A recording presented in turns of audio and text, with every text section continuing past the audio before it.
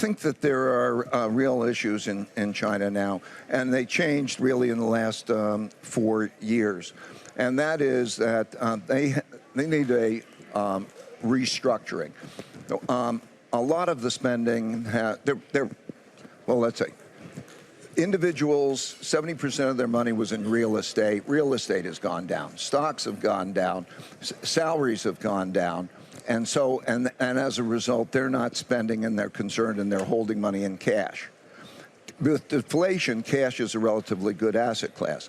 That's kind of the household and the business sector is in that state. At the same time, you have the government sector is a problem because most of the government spending, 83% of government spending, is spent by local governments. Those local governments got their money by selling land for real estate. Okay, there are no land sales, and they borrowed a lot of money, and those that they borrowed the money don't get paid. And so the question is, how are you going to get money into those places to operate? It's a situation that's more challenging than Japan in 1990. It needs a restructuring in order to be able to do that. And then there's also the question is the property values, the property ownership. Is it respected? And Deng Xiaoping during his period said it's glorious to be rich. Is it still glorious to be rich? So you have an environment in China which is changing and becoming a more difficult environment. So it's the time right now that you would see either is there going to be a restructuring and a getting past that. The innovation, yes, there's fantastic innovation. In terms of technology, there's nothing like it other than in the United States. Europe certainly isn't a competitor in that.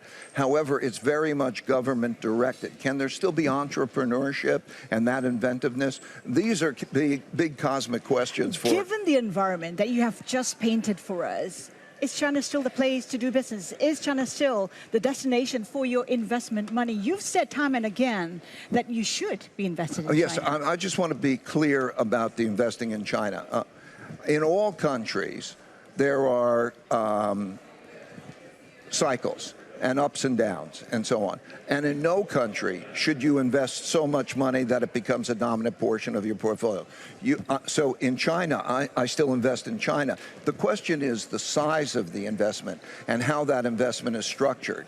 So it's been a good experience for us investing. What's the size and how are you invested? Because your report suggesting that Bridgewater, for instance, has been cutting down its exposure to China, its holdings to China for the last 7 quarters. It's not my place to talk about Bridgewater's exposure. That's fine, but how do you see investing in China? I see investing in China as largely a very attractively priced place that now has a lot of questions regarding the issues that I've just referred to.